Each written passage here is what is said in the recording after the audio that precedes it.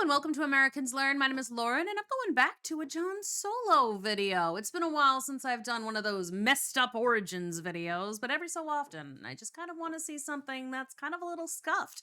So we're going to learn about the messed up origins of the Muffin Man.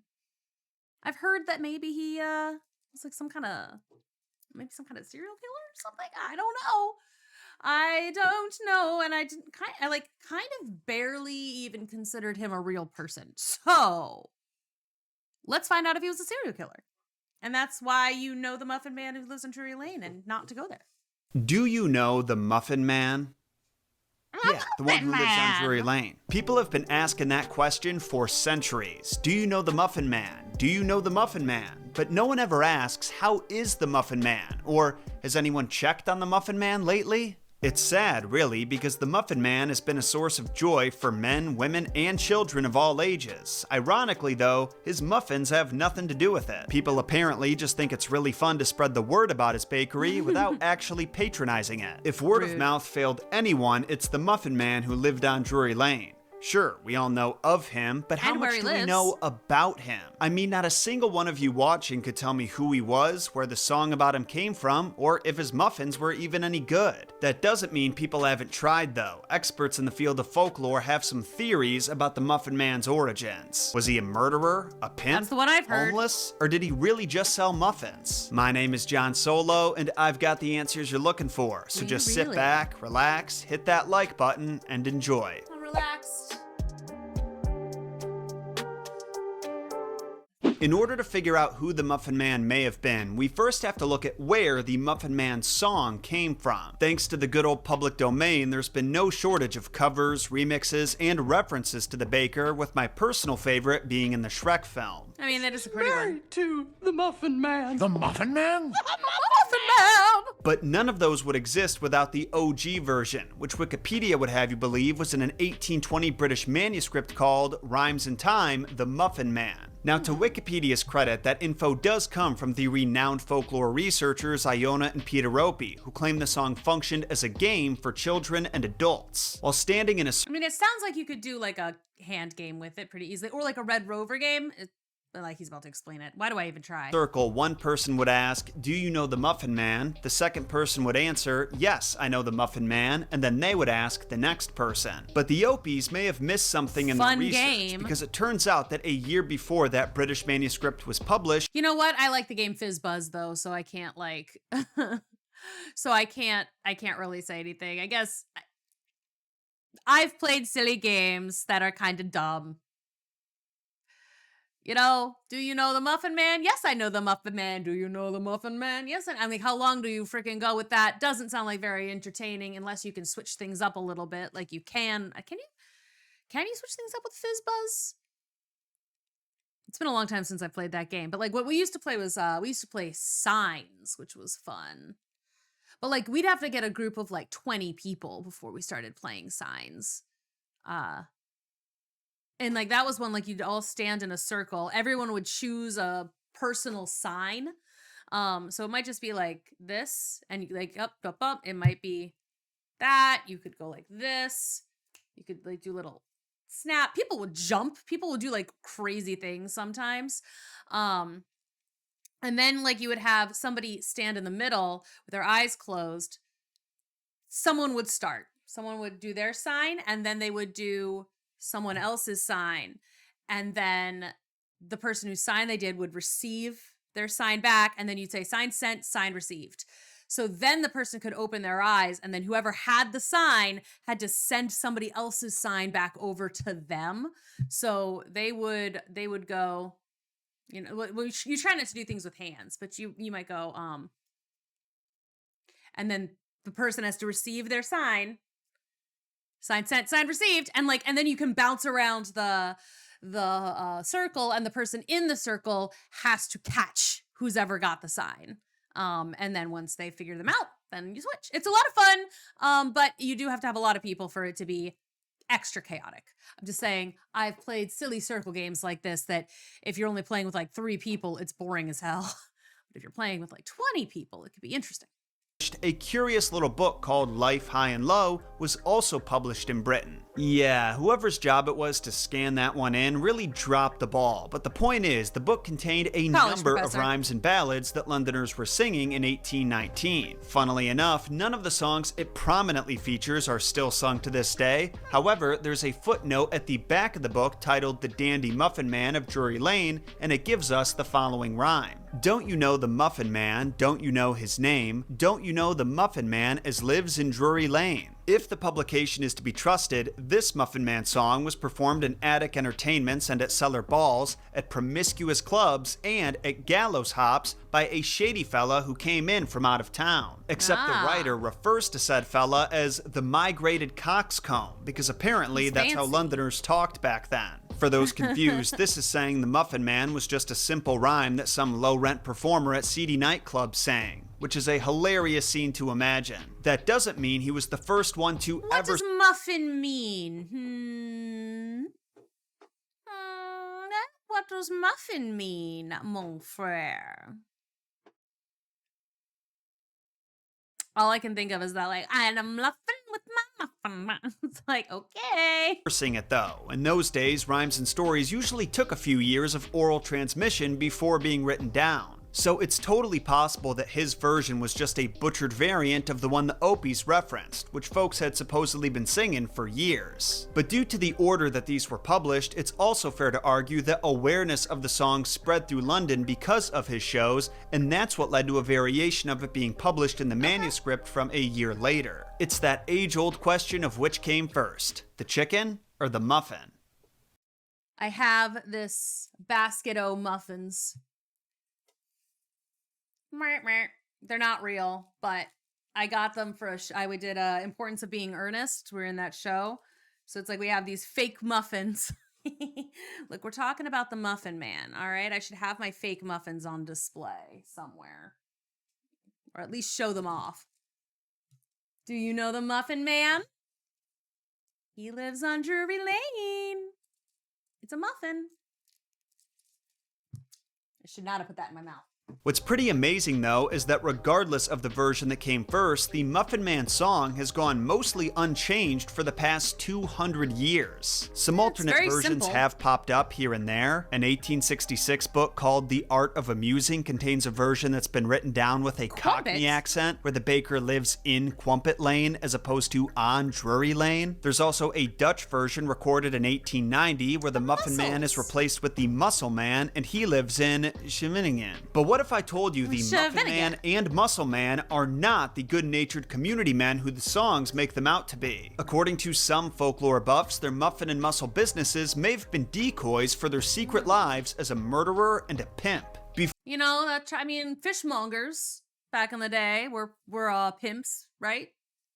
Before we talk about that though, I want to shout out the folks who made this episode possible, our friends at Squarespace. The biggest tragedy of the Muffin Man is that everyone's heard of him, but no one knows who he was or if he was even good at making muffins. Well, I'm here to tell you that if he had used Squarespace to market his bakery online, his legacy would be very different. That's because I don't know though. Everyone knows exactly where he lived.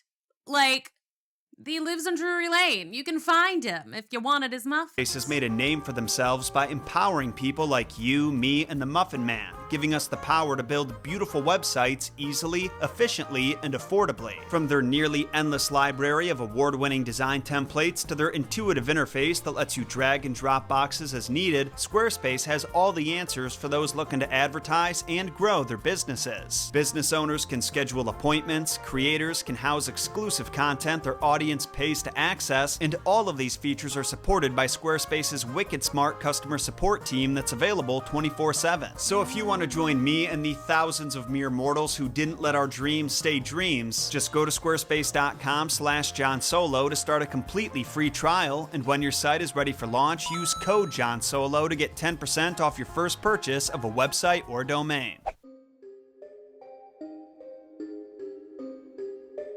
Every nursery rhyme in the English language comes with its own unique mystery. Sometimes we don't know where the rhyme came from, other times it's hard to understand what the words really mean and therefore why people sang it in the first place. The benefit with music nowadays is that while still open to interpretation, we know who the artists are, and those artists are usually happy to share what was going through their heads and hearts when they wrote the song in question. With nursery rhymes, it's anyone's guess, and so the trend has been to connect them with various tragedies throughout history, even when it's an undeniably square peg being forced into a round hole, like it is with Baa Black Sheep and the slave trade theory, and Ring Around the Rosie with the Black Plague. I mean, Ring Around the Rosie, the Black Plague makes sense. I never heard about the Baa Black Sheep one, though. The truth is that most nursery rhymes don't mean anything. They're catchy little poems describing comical situations, like Three Blind Mice and Pop Goes the Weasel, and they were almost always used in conjunction with some sort of dance or memory game. All this being said, there are multiple fascinating elements about the Muffin Man that are begging to be overanalyzed. I will have the Pop Goes the Weasel song stuck in my head now, so thanks for that, Solo! The Muffins, Drury Lane, and of course, the man himself. So let's start with the obvious theory. We can't rule out that the Muffin Man may have really been a baker of muffins. Looking at it from a modern lens, it does seem awfully random that anyone would write a song about some baker they know, but it's also random to write a song about butts and bananas, and people have done that too. Songs can be about literally anything. Besides, at that time, the baker would have held a much larger presence in his community. Back when the Muffin Man song was first conceived, during the 19th century, most households didn't have cooking facilities or kitchens. Families either cooked their food over an open flame called a hearth or bought baked goods from kitchens in the city. Vendors have traditionally been called by the products they were peddling. Milkmen, ice cream men, paper boys, pizza guys, and so a man selling muffins may have been known as a Muffin Man. A Muffin Man! Except these are not the tasty muffins that you Americans are imagining. These are English muffins. Yep. Well, they don't look quite like that either. But so the muffins that I was showing, we knew going in that the muffins we were using for our show were not the appropriate kind of muffin. But it's going to be a primarily American audience. We're going to talk about muffins for a long time. So let's have a muffin. You'll know what it looks like. You'll know it's a muffin to look at it as Americans. Which granted can still be delicious, but back in those days, it's doubtful. Because back then, food wasn't monitored by any administration, and there were no laws to make sure that the ingredients in the food were actually safe for human consumption like there are now. So some bakers would cut corners using substances like chalk or plaster of Paris to make their bread whiter and chunkier without having to use more valuable ingredients. The Sweeney Todd story takes this idea to the extreme with Mrs. Lovett's meat pies that were secretly made with human meat. With this in mind, it was necessary for people back then to know which bakers could be trusted and which ones to avoid, and one of the only ways to find out without risking your own health was to ask someone. Do you know the Muffin Man who lives on Drury Lane? Why Drury Lane specifically? To answer that would require me branching off into a whole new subset of theories. But if you're down to join me for a stroll down Drury Lane, I'll take you there. Literally, there's a Drury Lane. Hey, you'll sample Mrs. Lovett's meat pies. I love Drury Lane. Huh. She lives on Drury Lane. Theater here in Illinois. I just took Lauren last weekend. He's in Illinois? It was pretty awesome. The original Drury Lane is a street in the Covent Garden district of London. It was named after Sir Robert Drury, who built a sprawling estate in the area back in the 1500s. But by the 1800s, the house had completely fallen apart. So all that was left on the street were overgrown gardens and small houses that were also falling apart. This means that even if people had been singing about the Muffin Man 100 years before it was published, by that time, Drury Lane would have already been one of London's worst slums. So methinks the Muffin Man who lived on Drury Lane may not have been the most reliable fella. That is, if he made muffins at all. Some argue that Muffin Man may have been slang for an adult ragamuffin, which is a term used to describe a dirty, raggedy child. If that were the case, then Drury Lane would have no shortage of Muffin Men, meaning the song wasn't necessarily about one man in particular. It's about Fagin, right? Like he's got his little gang of children. My mom used to call me a ragamuffin when my hair wasn't brushed. She'd be like, "You look like a ragamuffin." I'd be like, "Cool." But rather the entire Not brushing my population of Drury Lane, basically asking, have you heard about all the bums in that there slum? Now there are some folks who argue that Drury Lane is not referring to the street, but rather the building. London's Theatre Royal Drury Lane, more commonly referred to as Drury Lane, was built in 1812, 7 years before the first write-up on the Muffin Man rhyme. The theatre's front faces Catherine Street, while its rear faces Drury Lane, and it's actually the fourth theater to have been built on this exact location. The previous three were burnt down, demolished, and burnt down. So For those wondering, the Drury Lane Theatre that Lauren and I went to was indeed named after the theater in London, and originally there was a chain of 4 other locations in Chicagoland, but Did they burn down and then get demolished and then burn down and then sink into the swamp? the only one that hasn't been sold or closed is in Oak Brook Terrace. So where am I going with so this? far away. Well, if you look at the earliest publications of the Muffin Man rhyme, like the one published in the Young Lady's Book in 1876, you'll notice that some of them don't say he lives on Drury Lane, rather in Drury Lane. So this could be interpreted to mean the Muffin Man was a ragamuffin or homeless person who was squatting in the theater, because you know that if someone was indeed pulling Bum, bum, bum, bum, bum, bum, bum. So the Muffin Man is the Phantom of the Opera. that off, they would instantly become a local celebrity. And in that case, I can totally imagine those silly Brits using the common question of, do you know the Muffin Man who lives in Drury Lane, into a catchy little song. I mean, this is the same generation of people that turned asking, who are you, to strangers at a pub into a local inside joke. A joke that would later be referenced by Lewis Carroll in Alice in Wonderland. Who are you? That's a joke. Another possibility is that the Muffin Man was a baker who worked out of the theater, though I'm not sure if they had a kitchen in-house all the way back in the 1810s, so he may have just sold his goods out of there. Then again, if that were the case, it wouldn't exactly make sense to say that he lived in Drury Lane. Stop me when I start overthinking. Moving on to our final theory, this is where things start to get kind of silly, but I just know that if I don't mention it, I'm going to get tons of comments from people who can't believe I didn't, so here it is. The Muffin Man is a murderer, and the Muscle Man is a pimp. I think every person watching this has come across at least one Punisher in folklore. That is, a figure who doles out punishment to children in brutal fashion. Sometimes it's because the kid has been disobeying their parents, like when Krampus burns kids alive or Grilla cooks them in her stew, and sometimes they act as deterrents for other dangerous behavior, like how Look at that sassy bitch. She fully deserves to cook kids up. She's done nothing wrong. cooks them in her stew, and sometimes they act as deterrents for other dangerous behavior, like how legends about the Kelpie dissuaded kids in Ireland and Scotland from playing near the water's edge and approaching wild animals. It turns out there's internet legends about the Muffin Man being used in similar fashion as these figures in London. Parents used to warn their kids to be on the lookout for the murderous baker who used a muffin on a string to lure children into his bakery. Those legends are supposedly based on a real serial killer from the 1600s named Frederick Thomas Lindwood. There was a real popular TikTok about him floating around a couple of years ago, but I'll just save you guys the time and tell you now that literally 0% of what this guy says is true. The made-up story about the killer can be traced to an article on a parody Wikipedia website called Uncyclopedia. That's to be clear, amazing. people had claimed the Muffin Man was a warning to children before that article, but it's the details of that article that are a total fabrication. It's a total fabrication. And the reason they made it up We made it up. is because there's no evidence to Unsolved support mysteries these guy or whatever. legends. It's an urban legend that never happened. I love Some that. rando just said it one day, and everybody in the room was like, sure, I believe that. Basically what happened with that TikTok. When it comes to the Dutch muscle man being a euphemism for pimp, this theory is mostly based in linguistics, so for once, I'm gonna oversimplify it. You know how the word muffin is sometimes used as a euphemism for a woman's Yup. We mentioned that earlier. pussy? Well, so is the word clam, and since clams are mussels, the muscle man could technically be selling pussy. And I guess the Muffin Man could have been too. Further evidence is that for centuries, mussels, real mussels, have been a known aphrodisiac. That's a Greek word meaning sexy food. I don't think the same can be said about muffins though, especially muffins back then. Unless you like the taste of chalk and plaster. I'm not one to kink shame.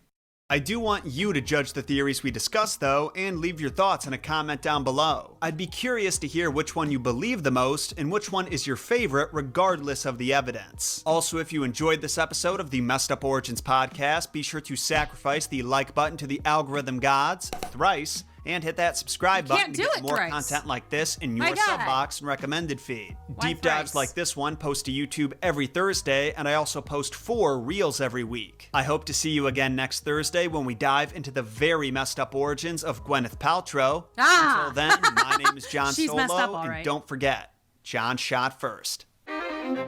All right. I will say I do appreciate, hitting like thrice just is the same as hitting it once. So just hit it once is fine. I'm okay with one.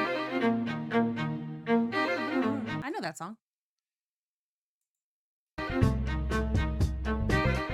Okay, anyway, we're not doing that. But in any case, so that was origins of the Muffin Man. Not super messed up, honestly. I do like my theory. I do like the part where he's like a homeless guy living in the theater, because then he becomes the Phantom of the Opera and it's sexy as hell. So that's what I've decided. Thanks so much for watching. I hope you enjoyed, and I'll see you all in the next one.